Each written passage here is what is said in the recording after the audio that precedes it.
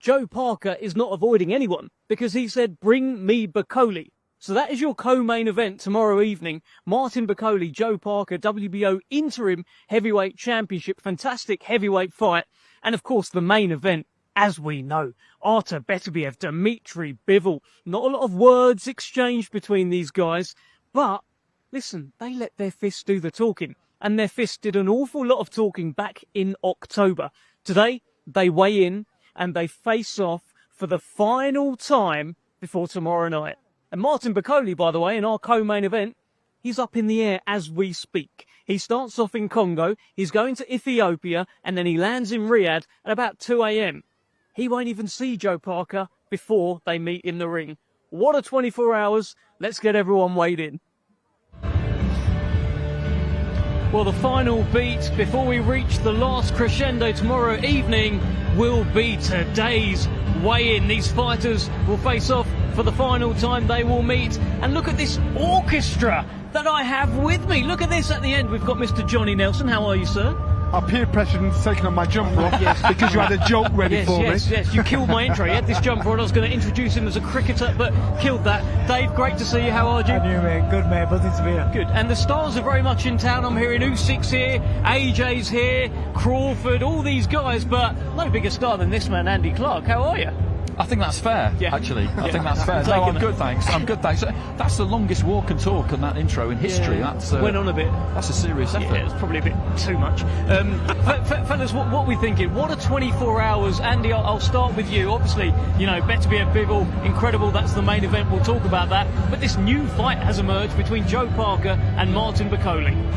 It has, and last night as we were on air with the stream, it was just this classic, brilliant boxing chaos just unfolding behind the scenes, not quite in front of our eyes. And just after we'd finished, we got conflicting reports still about what was happening. Then all of a sudden the announcement was made, and it's Martin Bivol, and then we hear that he's in Congo and he has to get over here, and he's landing probably sometime tonight, but no one really knows. And what kind of shape is he in? Again, conflicting reports. Some people saying he's been training for the last 4 months intensively. Others saying that he's not done any training. He's been sparring for 4 months. It's just brilliant. It's just brilliant. He's probably been knocking everyone out in sparring for 4 months, if you ask Billy Nelson. It's just fantastic. You don't get this in other sports, but the speed with which they're able to make the replacement with the resources they have just means that whatever happens during fight week in Riyadh season, it will get sorted out. It will get saved. One thing he's done, he's turned it around.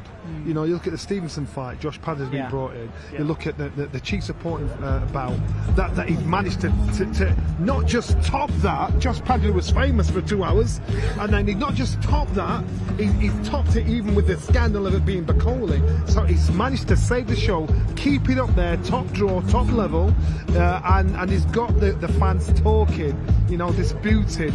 Is he, isn't he? Can Bivol come over here? And he will shock the world if he managed to do that. If he manages to win Josie Parker, what a story is that? What a story. Listen, we send our best wishes to Daniel Dubois. We know he's not very well. Hopefully we see him again very soon. You know, no one wants to see him pull out of this fight. But Dave, what about Joe Parker here? People are talking about Bivol. He stepped up. Joe Parker, he's suddenly got to fight Bivol. He asked for this as well, by the way. And do you know what? His attitude and the mentality, it's a throwback. This is what we want to see in boxing, because for too long fighters and the teams are too protective over the fighters, and that's when they've got 10-12 weeks notice. On 2 days notice to jump in with the guy that is without a doubt the most avoided heavyweight there is. I know everybody likes to say they're the most avoided fighter out there, but in the heavyweight division, nobody, it's like Candyman, nobody says his name. You know, they don't say it once, they're not going to say it 5 times. They definitely don't want to mention Bivol's name. For Bivol to be given as an option, and for Andy Lee and for Josie Parker's reaction when he knew he was fighting Bivol, he was excited. Real fighter, a real throwback fight. If you look at the fight he's had lately, you know, the performance that he's had lately, for the level, and going in there knowing that he's probably the underdog, but he's gone in there, ripped up the script. It's an old school mentality, and it continues with this, and you know, it's fantastic for the sport, because when we see the fighters at the top taking big challenges like that, fighting everybody, it's going to filter down. So when you get down to the lower level fighters and you get these prospects that have had 10 fights, 12 fights, and you don't want to fight anybody, they're going to have no excuse because these guys are risking it all on 48 hours notice. It's fantastic for the sport. Listen, it is fantastic. What do you think we can expect? Because what kind of shape is Bivol going to be in? That's one question. As Andy mentioned, conflicting reports about how much he's been in the gym.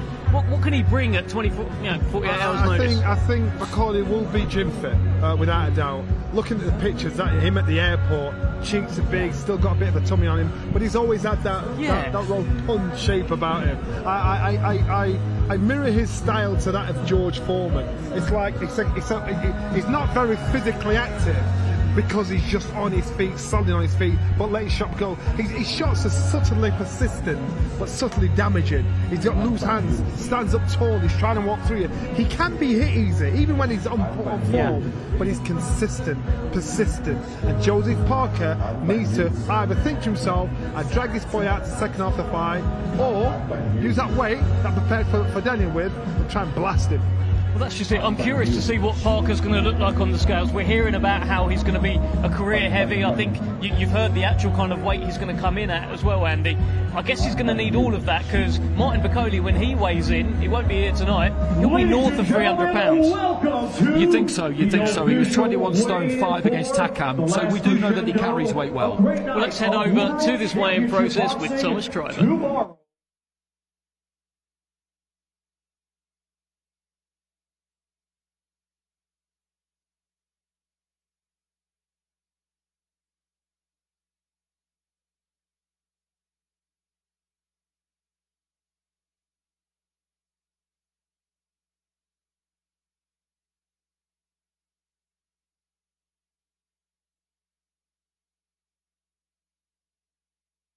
Shake.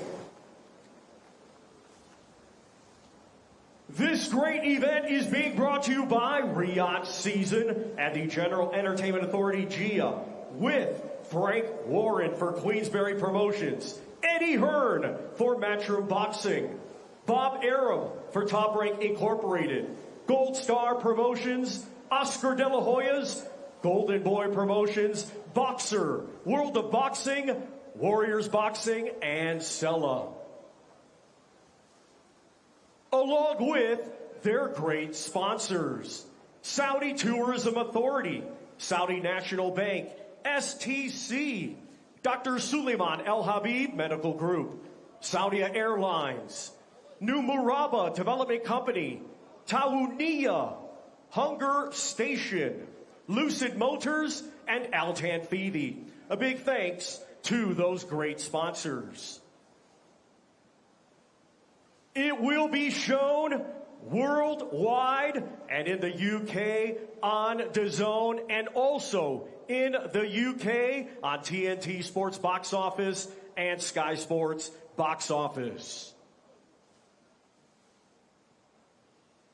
Let's now get the weigh-in process started. Our first two fighters will be competing tomorrow in a scheduled 6-round super featherweight contest. First, we will welcome a native of Chinandega, Nicaragua, now fighting out of Bratislava, Slovakia. He is a veteran of 53 professional bouts. Let's welcome Angel El Cojete Gomez. Well, here comes Angel Gomez, El Cojete. He's been taking it all in this week. He had a public workout. His name has been up in lights like never before. And now let's welcome undefeated with 2 victories. He hails from right here, Riyadh, Kingdom of Saudi Arabia. Here is mighty Mohammed Alak. And here's his opponent, mighty Mohammed Alak. Fight number 3 for him. Joe Gallagher by his side as well. Great to see Joe here and in form. Fight number 3 for Mohammed Alak. We will first welcome to the scale Angel Gomez.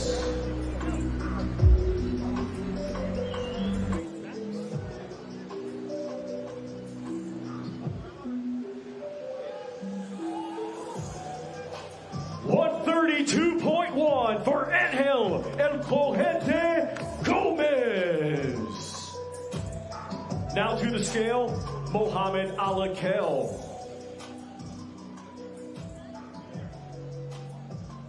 134.1 for mighty Mohamed Alak.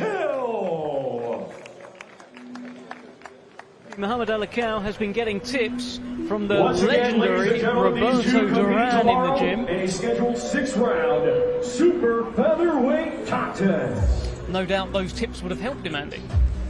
How can it not, being around somebody like that? You look at the shape that they're both in here, though. Look at Gomez. He's loving this, isn't he? He's loved it all week, and he absolutely should, because these are the days of your life.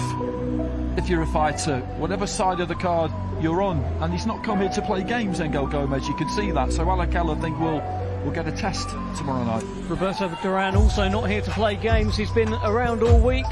Came to the press conference, got a wonderful ovation from the press and the crowd in attendance, and gets a quick photo with Joe Gallagher. Let's head back to Thomas Triber.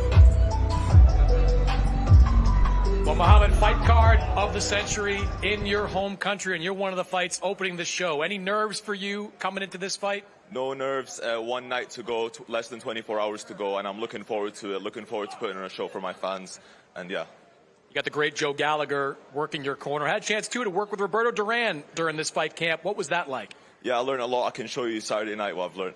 You've got a lot of experienced opponent in front of you on Saturday. What do you want to show in this fight? Just a skillful performance, hopefully, yeah. Good luck, Mohamed. Thank you.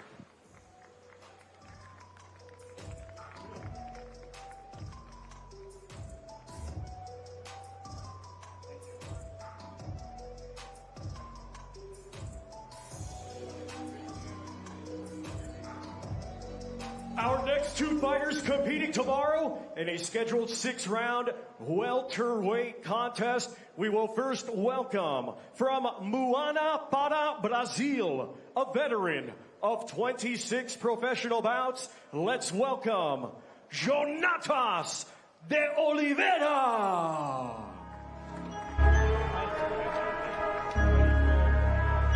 Well, here is the 29-year-old from Brazil, fight number 27. He will be taking on Ziad Almayouf tomorrow evening. And now let's welcome undefeated with 6 wins, 1 draw, 1 win coming by way of knockout. He hails from right here, Riyadh, Kingdom of Saudi Arabia. Here is Ziad Zizo Almayouf. Well, never fear, because Zizo is here. He has carried himself like a bit of a superhero this week. At the public workout, he had the Saudi flag First, we welcome with him. to the scale, Jonatas de Oliveira. And he did a few superhero-type poses, did Ziad Almayouf. Spoke very passionately at the press conference as well. Let's have a look at his opponent on the scales. 141.8 for Jonatas de Oliveira.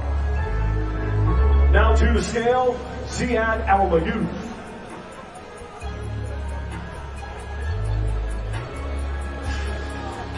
$143.2 for Ziad Zizo Almayouf. Great shape on Ziad Almayouf, coming off that draw in his last fight.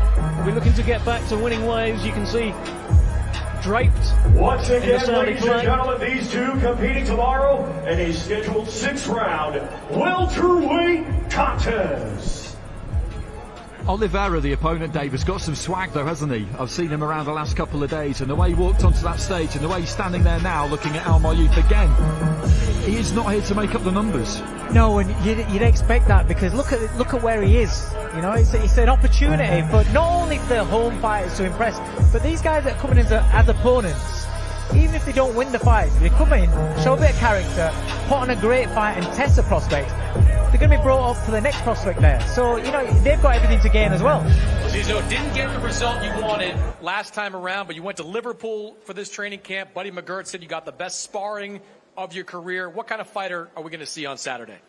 Listen, the journey dictates the result, but the result does not dictate the journey. And I'm just enjoying the camp, enjoying the journey, and I want to gift my fight and I want to give my win, God willing, to the Saudis and to the Kingdom of Saudi Arabia for Saudi Founding Day, February 23rd.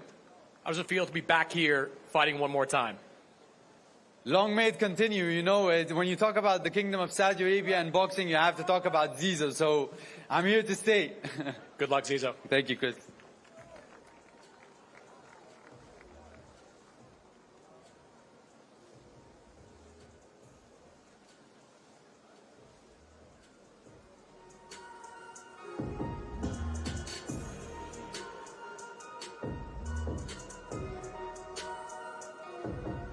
Our next two fighters competing tomorrow in a scheduled 12-round contest, and it'll be for the WBO Interim Light Heavyweight Championship of the World. We will first welcome the challenger from Liverpool, England. He brings a professional record of 30 wins, 2 defeats, 22 of those 30 wins coming by way of knockout. He is the former Ring Magazine champion and the former WBA super middleweight champion of the world, Callum Mundo Smith.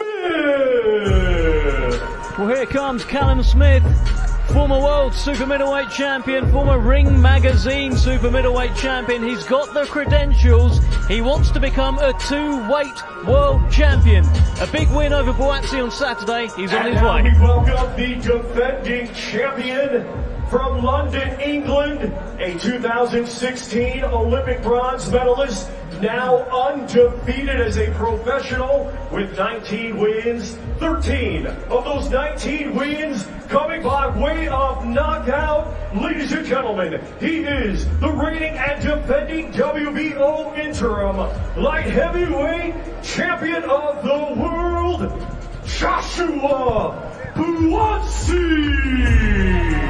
Well, here is the opponent, Joshua Buatsi. He is the reigning and defending WBO Interim Light Heavyweight Champion. But he's an interim champion who doesn't really want that belt. He wants the full title. Callum Smith.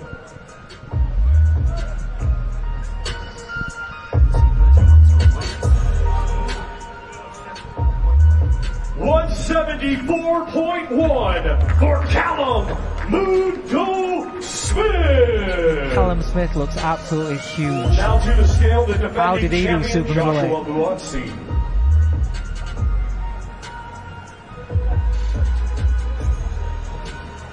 175 pounds for Joshua Buatsi. So Buatsi's hit the weight absolutely on the chin, and these Once two again, ladies and gentlemen, both these in two terrific competing shape. tomorrow in a scheduled 12-round contest for the WBO Interim Light Heavyweight Championship of the World. Just watching Buatsi go onto the stage, though, yet to see Virgil Hunter this week around any of these events. Yeah, that as a coach, that's a strange one. I mean, I get it sometimes, press conference, they might not turn up, but weighing, the coach is always there, so that is a strange one for me. Smith looks like he filled out pretty well as well. Whereas Buatsi doesn't really look much different after, as the days rolled on. Well, I think we're going to hear very shortly from Callum Smith first, who is the challenger. One of the best light heavyweights in the world today. Your only loss is to the cream of the crop, Canelo Alvarez and Artur Beterbiev. What do you say to those who believe for Buatsi this could be the passing of the torch moment? Tune in tomorrow night and you'll see. Are you impressed with what you've seen from Buatsi? Is he on your level? Yeah, he's a good fighter, but I've said all along I believe I'm better and I get the chance to show that. I know in your past training camps, specifically against Canelo Alvarez, you felt you weren't at your best. Will you be at your best tomorrow night? Yeah, most definitely. And what do you have to do to win? Just be me, turn up, perform the way I know I can, and I'm good enough to get the job done. Good luck, Callum. Let's send it over to Chris. Well, Joshua, the talk is almost over, almost time to get into the ring. How are you feeling going into this fight? Feeling good. I'm looking forward to it. But you're right, the talk's almost over, so it's time to fight. You came up alongside Callum Smith for many years, watched him for many years. Did you envision fighting him in the past? First part of the sentence, not true. Did I envision him? Possibly, but now it's real. This promotion has been very respectful between you two guys. But what is this fight going to look like in the ring? I think everyone knows what to expect, so we wait till tomorrow. Good luck, Joshua. Thank you.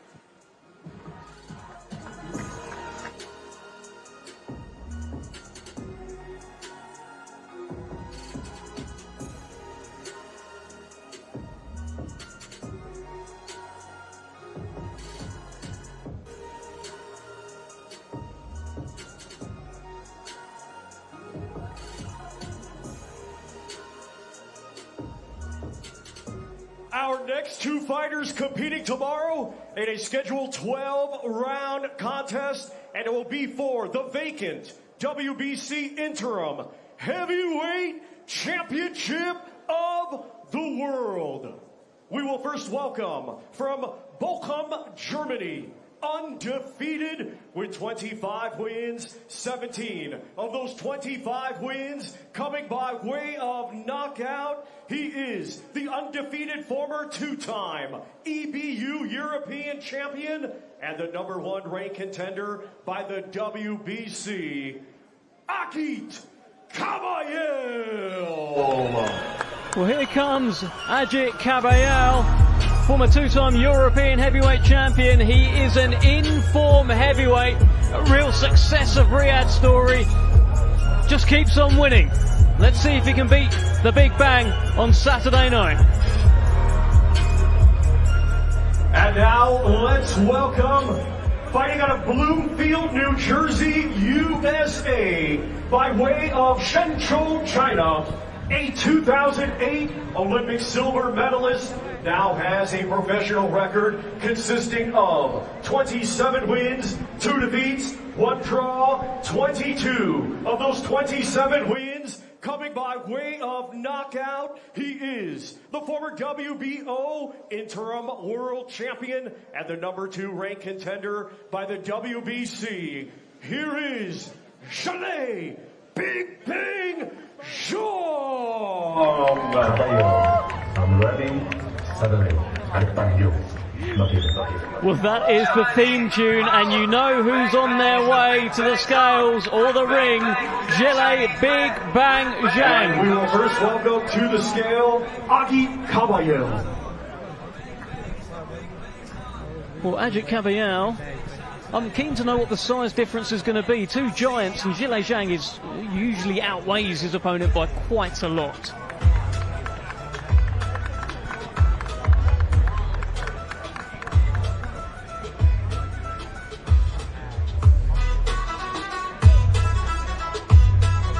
£241 for Agit Kabayel.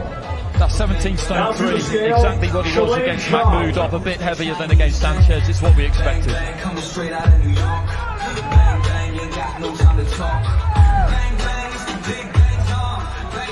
287.5 for Zhang Big Bang Zhang.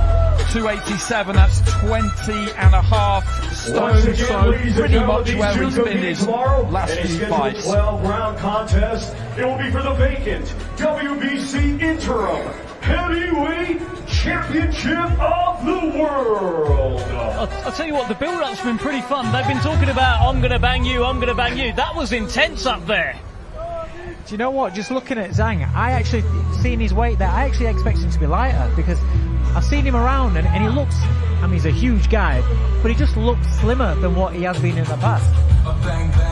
Zhang does carry the weight well. Yeah. For a big guy, he's not a big fat unit. He's a big geezer, and he does carry it well. For a southpaw, the way he moves on the side of him, it makes him unorthodox. I wouldn't say awkward, I'd say unorthodox. It's a fascinating heavyweight fight. WBC Interim Heavyweight Championship on the line. Zhang and Agit Kabayel. I think we're going to hear very shortly from the unbeaten Agit Kabayel, who joins Todd Grisham. Agit Kabayel, you've had 25 professional fights. Where would you rank Zhang amongst your opponents? Yes, another big challenge wait for me Saturday. I'm ready for the next challenge. Let's go. We heard yesterday he said he was going to bang you, and then you said you were going to bang him. But can you really stand and trade with somebody who outweighs you as much as he does? I said this yesterday. tomorrow we will see he bang me or I bang him. One of the two. I know Germany's been waiting for a world heavyweight champion for a long time. Your country's behind you. They think you are the next guy to do it. What's your message to your German fans? All my German fans, all my Kurdish fans, support me. Inshallah, tomorrow we'll be world champion. Inshallah. Best of luck. Chris? Well, Gillet, you were bouncing around here on the stage after weighing in. You look like you're in a pretty good mood. How are you feeling going into this fight? 称重之后感觉心情很好，现在感觉怎么样？现在心情更好，因为称重结束之后，然后意味着比赛马上就要来临。Feel even better after the weigh-in. The show is on. This guy's a very active guy in the ring, moves around a lot. What's the key for you to tracking him down? 对方的移动很多，那你有什么招呢？我没有招，我的招就是随着他的招而变。Oh, I have to be like water. I have no key. Everything is my key. What's your prediction for this fight? 预测一下。KO, knockout, 3. Thanks, Alak.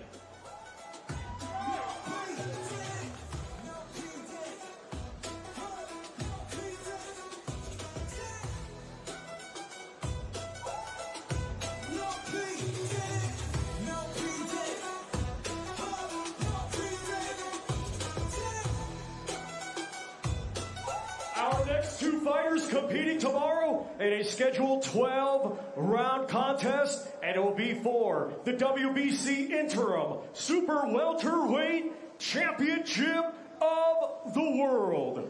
We will first welcome the challenger from Khiva, Uzbekistan, a stellar amateur with over 300 victories. He now has a professional record consisting of 10 wins, just 1 defeat, 1 draw. 7 of those 10 wins coming by way of knockout. He is the former WBA Super Welterweight Champion of the World, Israel, the Dream Madrimov.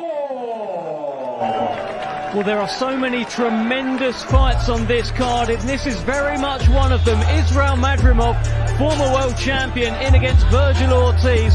Fantastic fight. I almost can't believe it's happening, this one. This is the one that's kind of the sleeper on the card, the ones that people are overlooking, but it could be the fight of the night. The defending champion from Grand Prairie, Texas, USA. He brings an undefeated record with 22 wins. 21 of those 22 wins coming by way of knockout. He is the reigning and defending WBC Interim Super Welterweight Champion of the World, Virgil Ortiz Jr. I totally agree with what Matt just said. This is such a good fight. He had 12 hard rounds against Serhii Bohachuk last time out, Ortiz, and he needed them. He needed that seasoning at super welter, and he got it. it. Scale, the challenger, Israel Madrimov.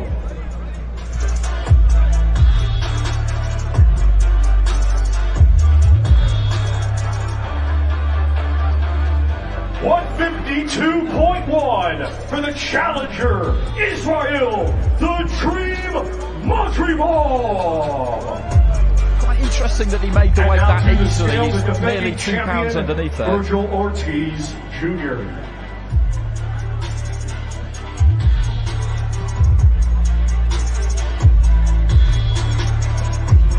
$153.1 for the defending champion, Virgil Ortiz Jr.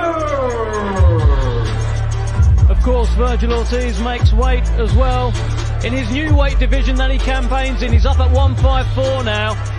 Tremendous fight, this one, Johnny.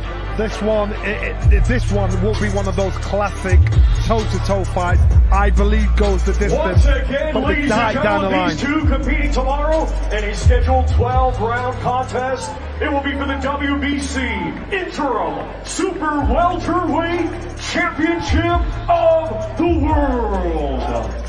Well, they call Madrimov the Dream. He will be hoping he is a nightmare for Virgil Ortiz tomorrow. It's a completely different stylistic matchup to Bohachuk, but one that will absolutely deliver.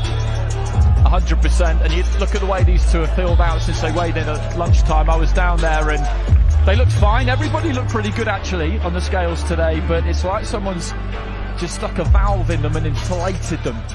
And by tomorrow night, they'll look even better when they've rehydrated and replenished a little bit more. These are some absolutely prime athletes.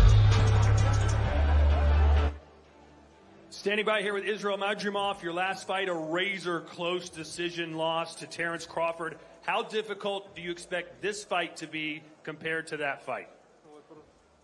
Yeah, this fight different, but Virgil is top guy, top fighter, very aggressive fight. I think it's very interesting fight, inshallah. He has got a lot of hype coming around him. Do you think he is as good as everybody seems to think that he is? Много хайпа вокруг него. Ты думаешь, он настолько хорош, как о нем говорят? We are sure.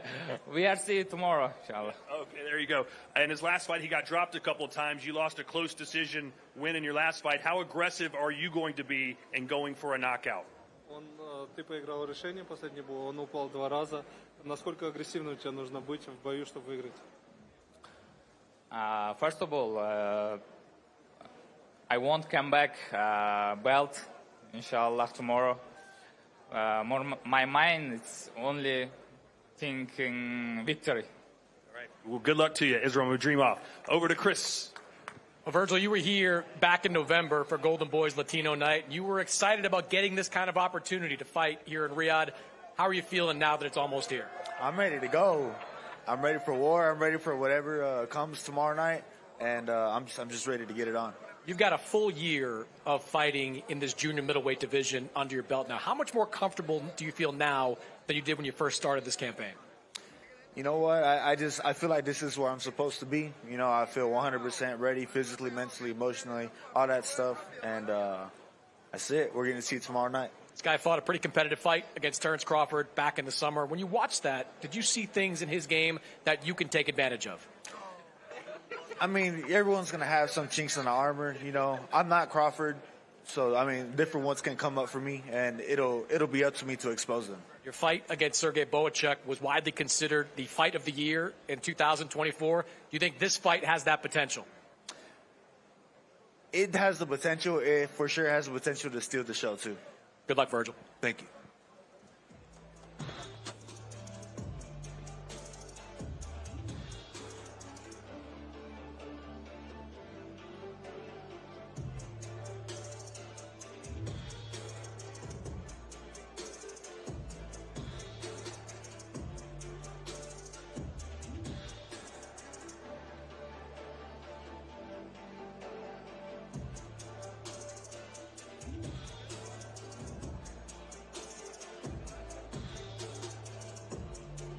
Our next two fighters competing tomorrow in a scheduled 12-round contest, and it'll be for the WBC Middleweight Championship of the World. Let's first welcome the challenger from Ilford, Essex, England. He is undefeated with 21 wins, 17 of those 21 wins coming by way of knockout. He is the undefeated former EBU European, Commonwealth, and WBC silver champion, and the #1 ranked contender by the WBC. Here is Hamza Sheeraz.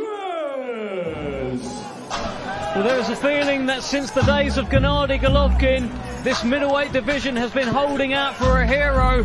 Heavy-handed Hamza Sheeraz may just be that man. He challenges for the world title tomorrow night.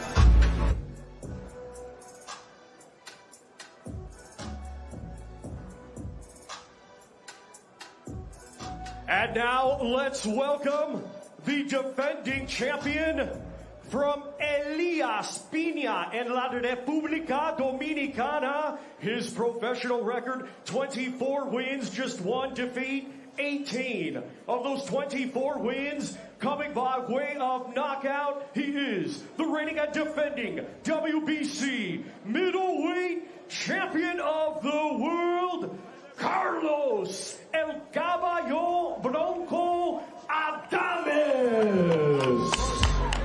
Well, here comes Carlos Adames, the WBC World Middleweight Champion. The voice that you just heard was that of Derek Chisora, who has joined us on comms here. Hello. How are you? We're very well, Derek. And first to the scale, we welcome the challenger, Hamza Sheeraz.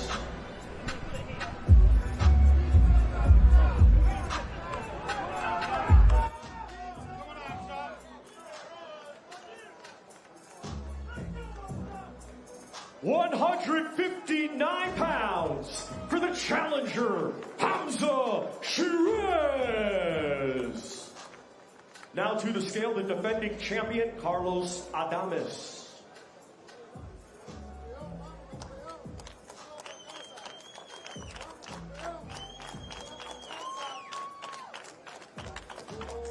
$158.1 for the defending world champion, Carlos El Caballo Bronco Adames. Well, both look big and strong. Carlos Adames, I mean, he's worked his way through the weights. He looks like he's perfectly fine at middleweight as the middleweight world champion, Andy. 100%. The weigh-in today was kind of behind closed doors. There was officials and then fighter plus one. But I managed to sneak in for this one. They both look good. Have been tiny at the weight, they're struggling at the weight. It's because he's so tall. Everybody has a hard time believing that it's not almost impossible. It's hard, but it should be hard. Hey, man. He looks good. Hey, man.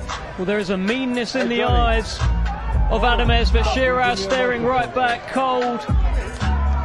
What a fight for the WBC World Middleweight Championship tomorrow night. All part of the last crescendo.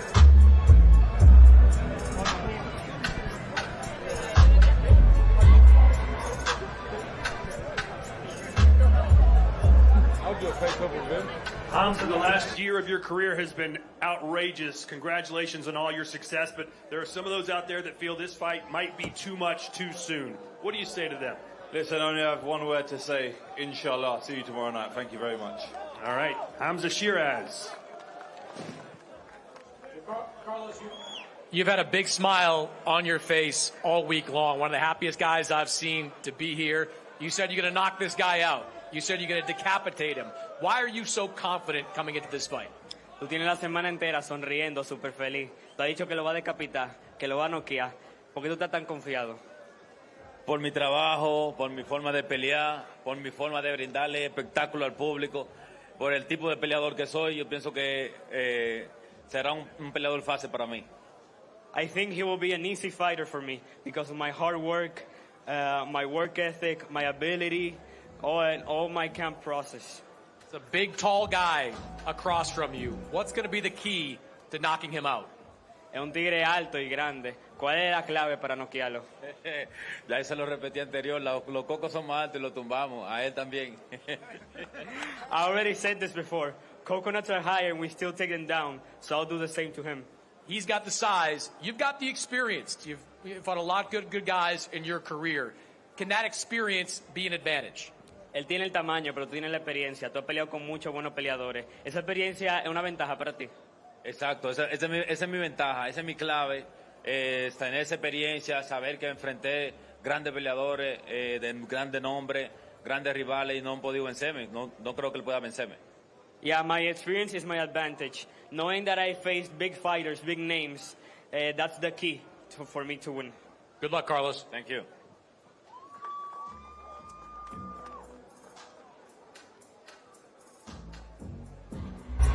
Well, it's been pretty...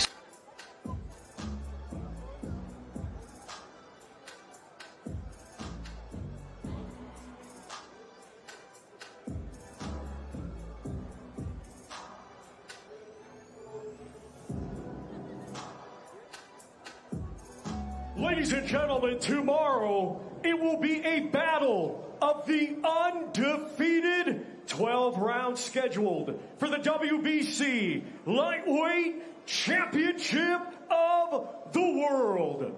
We will welcome first the challenger, fighting out of Doncaster, Yorkshire, England, undefeated with 15 wins, 4 wins, coming by way of knockout. Here is the highly ranked and undefeated challenger, Josh Padley. Well, at about 6 o'clock on Tuesday evening, Josh Padley was in a loft fitting a bit of solar paneling. He is an electrician as well as an unbeaten boxer. And if he can spark out Shakur Stevenson, what a story! And now let's welcome the defending champion, fighting out of Brick City, Newark, New Jersey, USA. A 2016 Olympic silver medalist, now undefeated with 22 wins. 10 of those 22 wins coming by way of knockout. He is a 3-weight world champion. And tomorrow, the reigning and defending WBC lightweight champion of the world, Shakur Stevenson. It's a hell of a task that Josh Padley has got. He won't be under any illusions about this, because this guy, a 3-weight world champion, truly believes he is the best fighter on this card, and as years pass, he may well prove to be correct.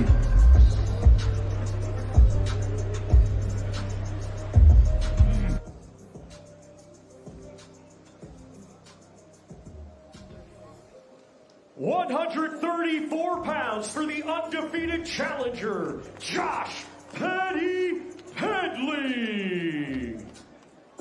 Now to the scale, the undefeated defending champion, Shakur Stevenson.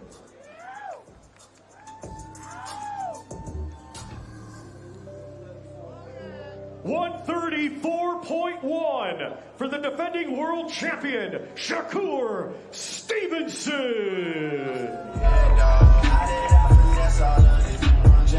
Well, Johnny, as you said, this will be the shock of all shocks if Josh Padley pulls this one off. You know what, Josh Padley, coming from Doncaster, he was willing to be sat at home watching this with his mate. Now he's centre stage. What an opportunity. It's a real life Rocky story. It is, but this is interesting because Stevenson is trying to put some fear in him here. He's heard the stories about him being in a loft at 6 o'clock and driving his van to Leeds to get a check weight and then going to the opticians. But right here, right now, Matt, Stevenson is giving it to Padley and letting him know this is the big time. He's letting him know you're on a different level here. This is a different stage to anything you've ever seen before.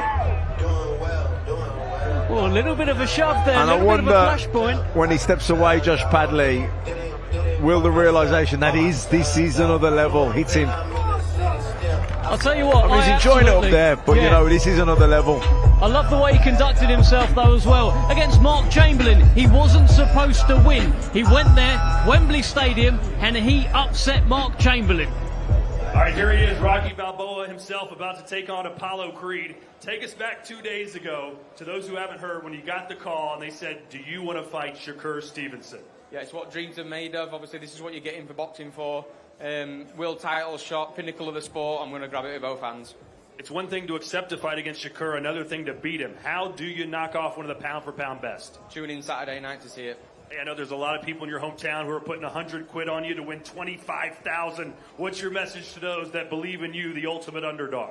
They backed me last time, and we took the bookies to the bank, and we're going to do it again. All right, well, good luck to you. Chris, over to you. Well, Shakur, a little back and forth there between you and Josh Padley at the weigh-in. What was your message to him there? I told him I'm going to beat his ass. It's a lot of energy going on, and he got a lot of energy, so let's settle it in the ring. It's been a long week for you. I mean, how often during this week did you wonder if you were going to be able to fight at all? It was a couple of times, but, I stayed focused. I stayed locked in. Opponent switches don't do nothing for me, but, I'm going to shine. I'm coming to shine tomorrow, and tomorrow's my time. You were preparing for a fight against Floyd Schofield. You get a fighter that fights a very different style than Floyd Schofield. How difficult do you think it's going to be for you to figure him out? I already told y'all once, I was amateur before, so in the amateurs, you fight any and everybody on different days. This is nothing new for me. I've been here before. It's showtime. Let's do it. You're a 3-division world champion, the reigning WBC world champion at 135. But last year, as you've said, was a challenging year for you. Is this the kind of fight where you can remind people how great you are? I promise I'm going to remind them tomorrow. Tomorrow's my time. I'm coming to have fun, and I'm putting belt to ass. Good luck, Shakur.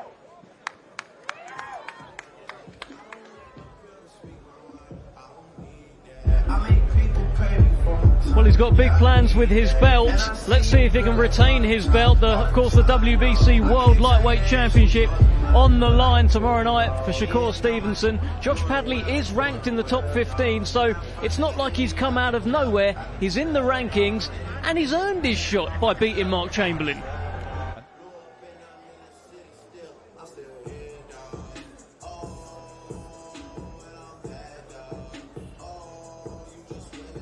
Ladies and gentlemen, our co-main event tomorrow, it is scheduled for 12 rounds in the heavyweight division. It will be Martin Bivol taking on from South Auckland, New Zealand. His professional record, 35 wins, 3 defeats, 23 of those 35 wins coming by way of knockout.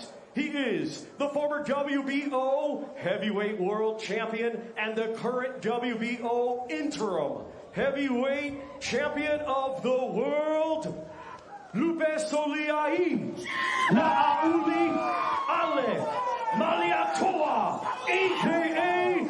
Joseph Parker. Well, what a 24 hours it has been for big Joseph Parker. He was supposed to fight Daniel Dubois, who unfortunately had to be withdrawn from the fight. There was a scramble for opponents. One of the names that was mentioned was one of the most avoided heavyweights in the world, Martin Bivol. Joseph Parker said, "Bring me Bivol." He's not bothered. He's genuinely not bothered. You could see it on his face when he was caught in real time having the news broken to him. He's trained well. Everything has gone right. He just wants to fight.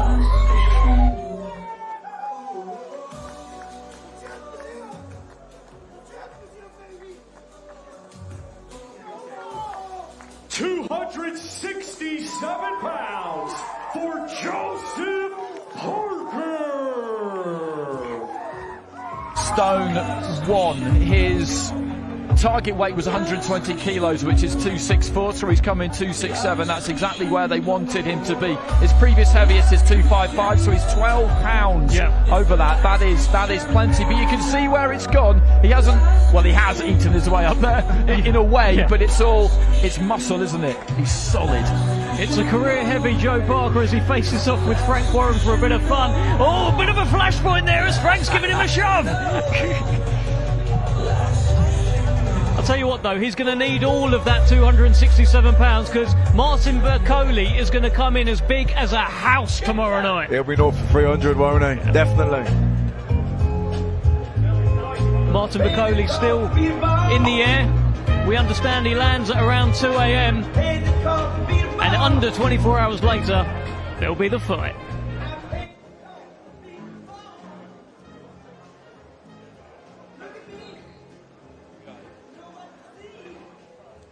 Well, Joe, I can't imagine you've ever weighed in by yourself before, especially not for a fight of this magnitude. What have the last 24 hours been like for you? You know what? It's been amazing. I mean, to Daniel Dubois, I hope he gets better soon.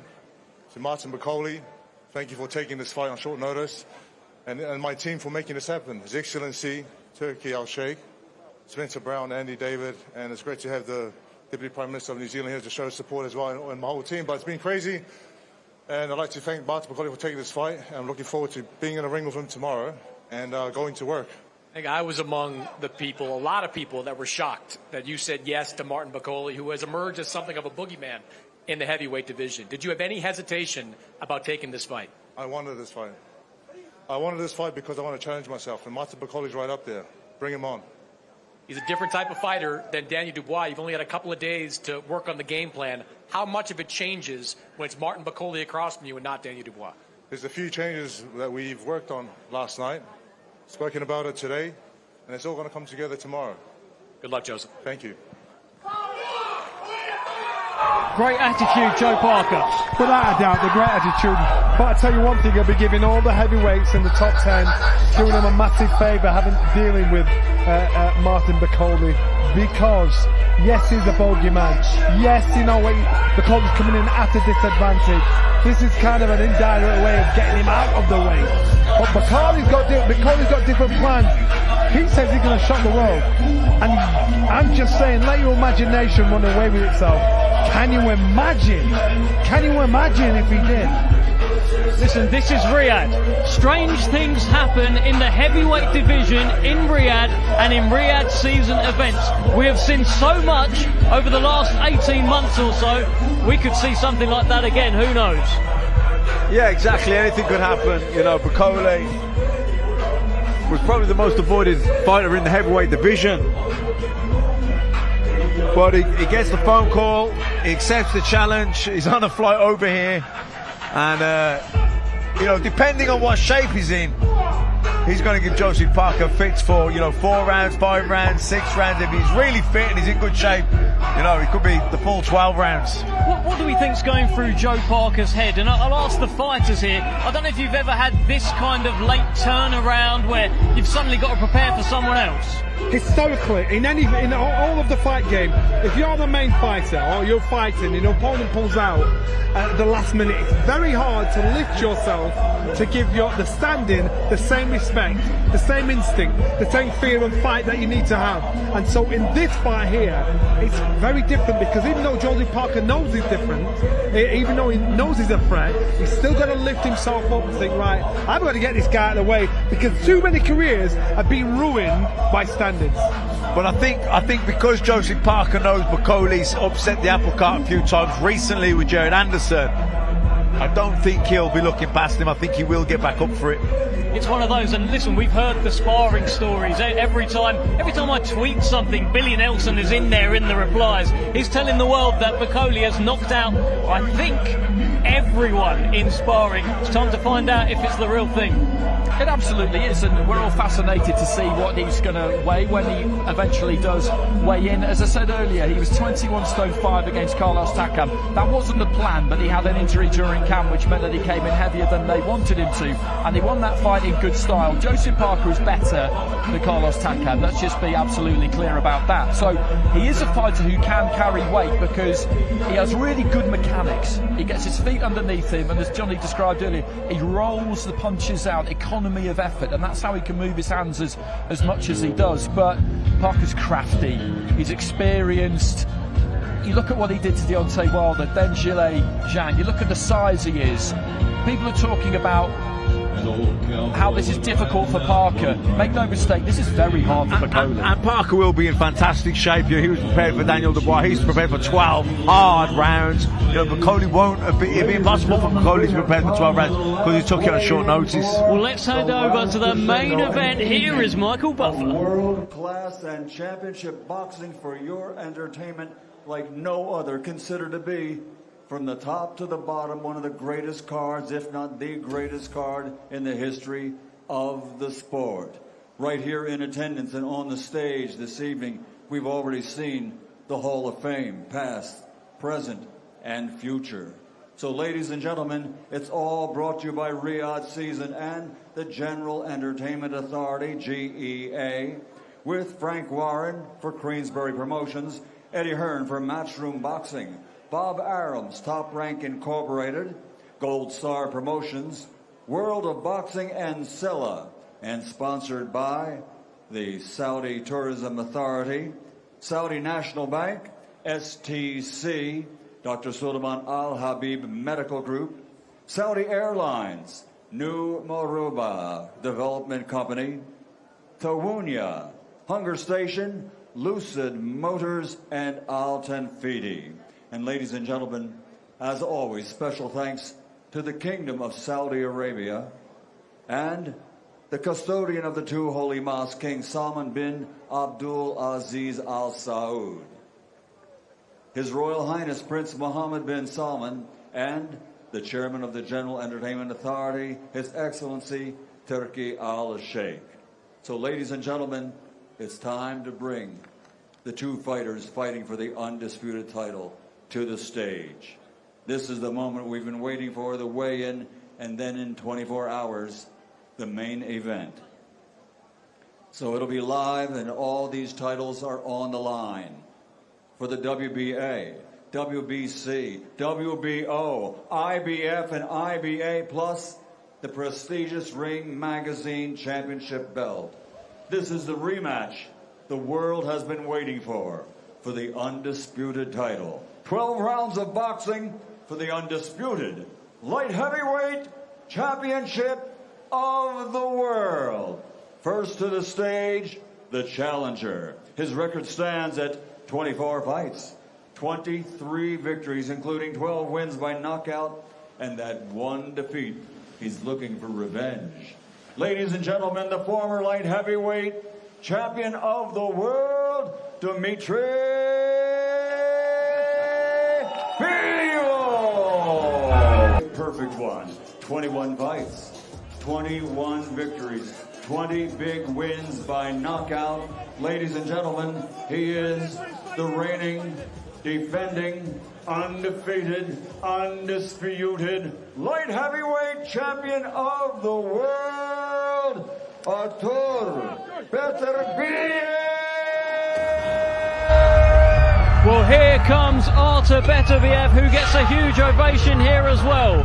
Undefeated, undisputed. He has been collecting belts since 2017, and in October last year, he added the final piece of the jigsaw. He defeated Dmitry Bivol and became the undisputed king. On to the scales, ladies and gentlemen. He's in the role of a challenger tomorrow night. The former world champion, Dmitry Bivol. 174.1 pounds for the challenger and former world champion. Next on to the scales, he's the undisputed and undefeated world champion. Once again, the title on the line, all the belts, including the Ring Magazine belt, for undisputed light heavyweight champion of the world. 175 pounds for the undisputed world champion, Artur Beterbiev. Beterbiev hitting the weight right on the nose. And what we've got here are two stone-cold, pugilistic Jedis. We watched them back in October. We've been watching them during the course of this week, and Matt, it just doesn't get any better than this. No, two top elite fighters at the very pinnacle of their powers, in the form of their careers, in a rematch, in a fight that had absolutely nothing between them, and I think this will be the same. It is the best versus the best. It is the brutality of boxing against the beauty of boxing. It is everything that every fight fan wants to see, and it is live tomorrow, the last crescendo. Press from all over the world. This is how big this fight is. Anybody that's interested in boxing knows how serious this fight is. It's a serious fight, and Artur Beterbiev and Dmitry Bivol are cutting very, very serious figures. Let's hear from Dmitry Bivol first, who joins Todd Grisham on the mic. Yeah, it is weird. You haven't been the challenger for a title in over a decade. You're coming off the first loss of your career. How differently does that feel to you heading into a fight? You know, now I'm just focused on the fight. I don't try to feel that there is some difference or something new or something old. I said enough this time, and I'm just focusing on the fight, and I'm looking forward for it. Yeah, you said you have to do more. What does that mean? What more do you have to do this time? More, everything, just more to win, you know. Hey, you still got a big crowd here and a lot of support. What's your message to your fans that believe you're going to become undisputed? Yes, thank you, guys. Спасибо, ребят, за поддержку. Это мои близкие, мои друзья, моя поддержка. Я им очень благодарен. Я всегда чувствую ее. Спасибо. Спасибо. Well, Artur, this is our fourth and final interview, I promise, before this fight starts. You got a lot of fans out here in the crowd tonight. How are you feeling going into this fight? I'm not bad, thank you. Not bad. It's only been 133 days since that last fight. That's a fast turnaround, fast comeback for you. Is that a good thing for you? I hope. I hope it's good. No injuries for you in this training camp. Has that been helpful, not having to deal with any injuries? Yes, of course, it's good when his camp is going well. The first fight was incredibly competitive. Are you expecting this fight to look the same? I hope this fight is going to be better than first fight. In what way? We'll see. You said you can do a lot of things better in this rematch. What's one thing that you know that you can do better? Boxing. I try to do boxing. Good boxing, you know. Good luck, Artur. Thank you. Well, those are the final words from Artur Beterbiev. There weren't many of them, as we expect, Andy. I mean, fair play, Chris Mannix, but listen, he lets his fist do the talking, doesn't he, Matt? He does. I mean, Chris Mannix asked him there, what's one thing you can do better? And I was just thinking, I wonder, the way Bivol was so good at getting off the ropes, I wonder, is he thinking, I've got to try and keep him there longer, mate? I would imagine that's something they've worked on. Well, listen, rounds 10, 11, 12, they were 13. very much... Yeah. We're starting off at 13. These guys know exactly what the other one has to offer, what the threats are. Bivol will use movement and pace to bring it up and down, but make sure it's one step higher than Beterbiev's. Beterbiev knows that. He knows it's going to be so intense because the fight was close enough in the first place. And if we're talking about Bivol's got to do more, surely that means he's got to take more risks. Surely that's a good thing for Artur Beterbiev, Andy. It absolutely is, but I do believe that he will, because when you've got somebody at Beterbiev's age, we talked this week about how you can tend to lose that high gear. Bivol's got to try and take him up there and keep him there for as long as he can, but the more you throw, the more open you leave yourself. That is just a fact of boxing. You roll that dice in that split second as you're trying to hit the other guy, he can hit you. And bad things can happen if you get clipped by Artur Beterbiev, but if you want the glory, then you have to take the risk, and I think Bivol is more than happy to take the risk.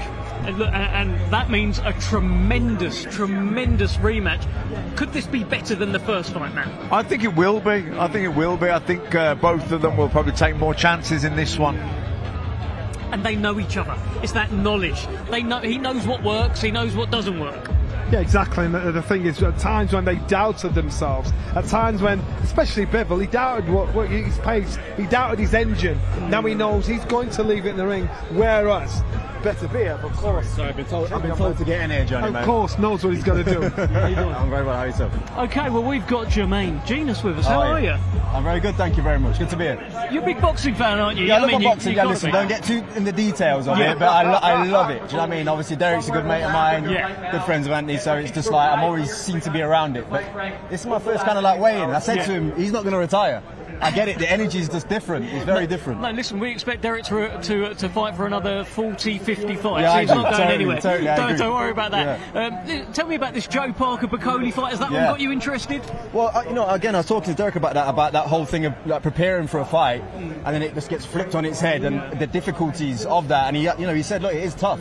I think Joe Parker's off the back of obviously, great win. Comes into it with a lot of confidence. Don't know too much about Bacoli myself personally, apart from that he can bang. So it's going to be it's just going to be an interesting fight. The whole card just looks crazy, doesn't it? So I'm just looking forward to it. How are you finding Riyadh, by the way? I mean, the atmosphere. People have been saying stuff about the atmosphere. This was just the weigh-in. The atmosphere was pretty cool, right? That's exactly what I was saying. I think that atmosphere, you can just see the intensity in each fight. Just going like that as the weight divisions were going up and up and up. You could see in their eyes it was like, now this is business now. And I think that these kind of events and moments are great for the fans, just to kind of get that feel, get that sense of what's going to happen tomorrow night. I can't wait. I'm like talking too much. I'm that excited. You are all of us. But this is what Riyadh season does. Fan bases from sportsmen and women from all sports. Yeah. The average man on the street, it's got your attention. It's got you. There's a story that you've got hooked on. Yeah. Now this is the story, and so that's why it's just so different. It's always seemed to me that there's a real connection between fighters and footballers. Yeah. All athletes have a lot of respect for fighters, but I think footballers particularly. Is that because you all tend to come from not the same background, but similar backgrounds? 100%. I think we connect on that level, and you understand what it's like to climb the mountain. I think to kind of get to that elite level in any sport, you have to have gone through some stuff, some really tough times, some dark times, some times alone where you're battling with yourself a lot. I was always fortunate to be in teams where in those really tough moments in games I was able to kind of look at my teammates and you would drag each other through. I think the beauty of this sport is there's nowhere to go. They're on. Yeah, you're literally staring in the mirror and you're battling with yourself. It's only 3 o'clock in the morning when you're running in the streets in the rain. That's the hardest bit. Yeah, you've done it, and you know what it's like to climb the mountain. I just think there's so much respect between footballers and boxers, and again, kind of like the talent that's on show right now within boxing. It's just so exciting. 100%. Well said. Thank you so much for joining us. Thank you for having me. Thank you for having me. We're going to let you go. Great Thank you very much. Cheers. Great chat. Might need a stand-in, for... Yeah? You're too good, mate. You're too good. Thanks for having me. Well, I told you that all the stars are in town. Jermaine Genius joining us. I can see plenty of stars around here. I don't know who they're going to bring us next. I can see Crawford knocking about. There's it's that kind of fight, right, where all the best fighters in the world, they want to be here. And Jermaine Genius wants to be here as well. Everyone wants to be here. Well, game recognises game, doesn't it? Usyk touchdown earlier on. Roberto Duran's around. Bernard Hopkins, of course, we spoke to the other day. There'll be more coming in as well. Anthony Joshua's going to be here because people want to see fights like this. And I've been saying it for the last few months since the build-up to the first fight. This would not have happened if we weren't in the boxing revolution we're in at the minute without Riyadh season, because commercially, business-wise, Johnny, it just could never have paid for itself, Beterbiev against Bivol. Nobody would have been able to put it on.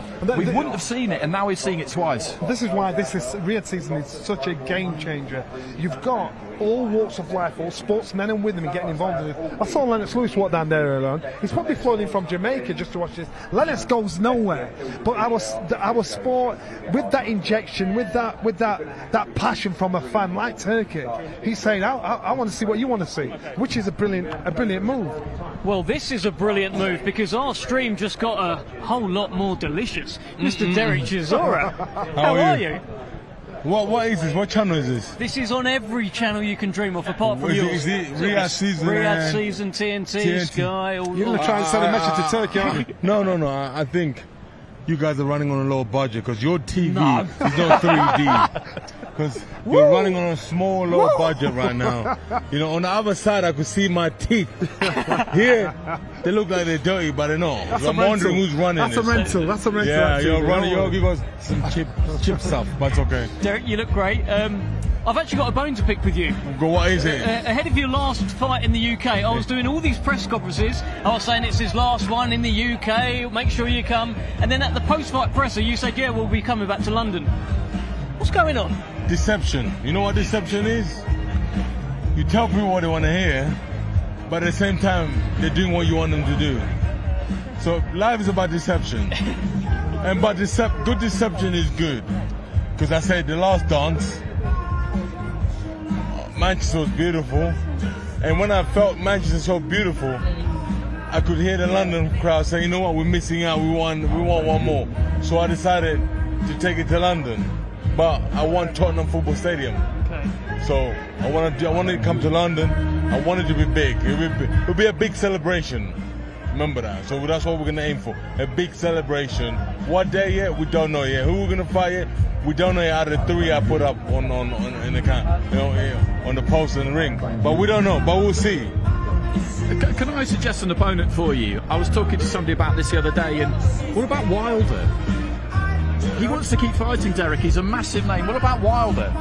On current form, you would be the favourite in that fight. Yeah, but I don't want an easy fight. I want a hard fight. I want to wake up in the morning and train. When you fight easy fights, you don't train. There's no fear factor. I want a harder fight. I want to wake up in the morning and train and do what I need to do. I don't want to cheat. My numbers, I want them to get bigger. So I want a harder fight. Well, let's bring in a man who probably knows a thing or two about putting on big fights. Derek wants another big one, Frank. He's going to get another big one, the big 5-0. That's what it's all about, wasn't it? That is it. And that's what we're going to do. So we're going to deliver the big 5-0 for him. Absolutely can't wait for it. I mean, I picked a bit of a bone with him because I was doing all these press conferences about his last fight in the UK. It wasn't, was it? Well, you weren't telling the truth again. No, tell me. It'll be a big one. We're working on something. We're going to sit down in the next couple of weeks and we're going to get it over the line. Everyone's going to love it. Fantastic stuff. Can't wait for that. Listen, this fight that's emerged at 24 hours' notice, Bivol, Parker. What are you thinking on this, Derek? As I said, if you get a phone call from the Kingdom of Saudi, it don't matter if you're retired for 10 years. If the numbers are the right numbers on the checkbook, even Johnny will come out of retirement. It don't matter who you are. You're going to get on the plane from Hong Kong or Australia. You're going to get here and you're going to give it all your best. You know, instead of missing one cutout because somebody didn't train, Martin Bivol is a warrior, and I have enough respect to my brother for taking this big step up. You know, he hasn't trained for a while. We have to understand that. He's going to be overweight, but I believe round 1, 2, 3 going to be hard for him, and then afterwards he's going to get into the groove and he's going to knock Joseph Parker around. It all happened pretty quick yesterday, Frank, didn't it? Things were turned around very rapidly. You know, Daniel weren't feeling good. He was given some medication and told to wait overnight, and he didn't feel any better. And the border control doctor see him, and immediately he said he can't fight. He was absolutely gutted. So much so he even said, why did we call the doctor? But, you know, this is boxing. This is at the highest level. You can't give guys going into fights, at this significant fights like this, if they're not right. Can't do it. Because you don't get another option. How many times have we spoke to fighters after fights say, oh, I went into that fight with a bad hand or my leg hurt? It's irrelevant. It's irrelevant. So many times. You can't, it means nothing to me, that. I want to know before. Live to fight another day. That's the most important thing. And what's happened with him now, with Daniel, he'll go away, get himself fit, and he'll be out again in 3 months' time, and we'll work out who that's going to be. And in the meantime, we've got to fight a very, very, very competitive and intriguing fight tomorrow. See, I'm not a big believer yet of Bivol, because I look at his resume, I look at his record, and there's nothing that sticks out except for Gerald Anderson. And Gerald Anderson, I've got to be honest, I was never a big fan of anyway, and maybe he took the fight too soon. So we're going to see what he's about now. He's in with a former world champion who's on a good roll and is in great condition. Although he's not trained for him, but he's in great nick and great condition. And I think that Joe Parker will come through this fight. What about the warrior in Joe Parker here, that he didn't care who he was going to fight? He was just ready to go. We had a list of fighters we talked about, and that's the one he asked for, which I was a bit surprised, to be quite honest. But then I sort of stood back and I thought, hang on a minute, I'm getting carried away with, I want to see this guy do it now. I want to see, because how many people in the boxing, you know, have really seen much of Bivol? None. So let's see what he's about now.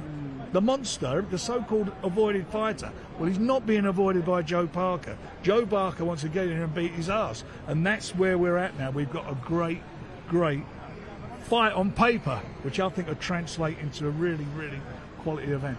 Listen, Frank, another great fight on paper. Alexander Usyk has said to Ring Magazine this afternoon he wants to fight Daniel Dubois. What are your thoughts? Done. Okay. Done. Great news, Alexander Usyk. This fight is Where done. are you, Alex? Tell me where he is. I'll go and take the contract there now. You're going to see him. Yeah. Derek, you've seen Daniel get better. You've seen his rise. Yes. Daniel against Usyk. Got a good chance? What are you thinking? He's got a good chance because now he's doing the right things. Do you understand? I mean, like when he boxed Baby Miller, people wrote him off. And in that corner in the last couple of rounds, he nearly quit.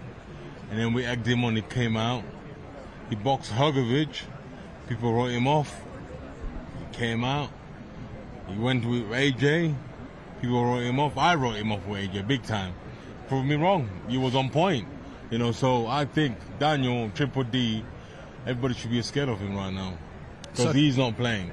If those two fight each other, given the three names you gave us in the ring the other night, that leaves you with Joshua, doesn't it? For now, we don't know. Yeah. Hey, listen, we'll see. That was like a checkmate there. We'll see. But you know what? All I'm saying is I just want to entertain the British public. Going to give them a number big 50, a big one.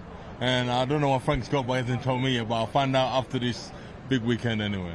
Brilliant stuff. A final word on the main event, Beterbiev Bivol. What's a fight, Frank? Well, look, it's a great fight the first time round, especially for me, you know, as a neutral, sitting there, be able to watch it in comfort and not sort of have it be invested in any of the boxers, invested in boxing in watching it. It's a fabulous fight, and I genuinely feel that they know each other really well, but I feel the first round will be the 13th round of the last fight. Because if I was Beterbiev, it's a bit like when Tyson had the first fight against Wilder. The second fight, he did what was necessary.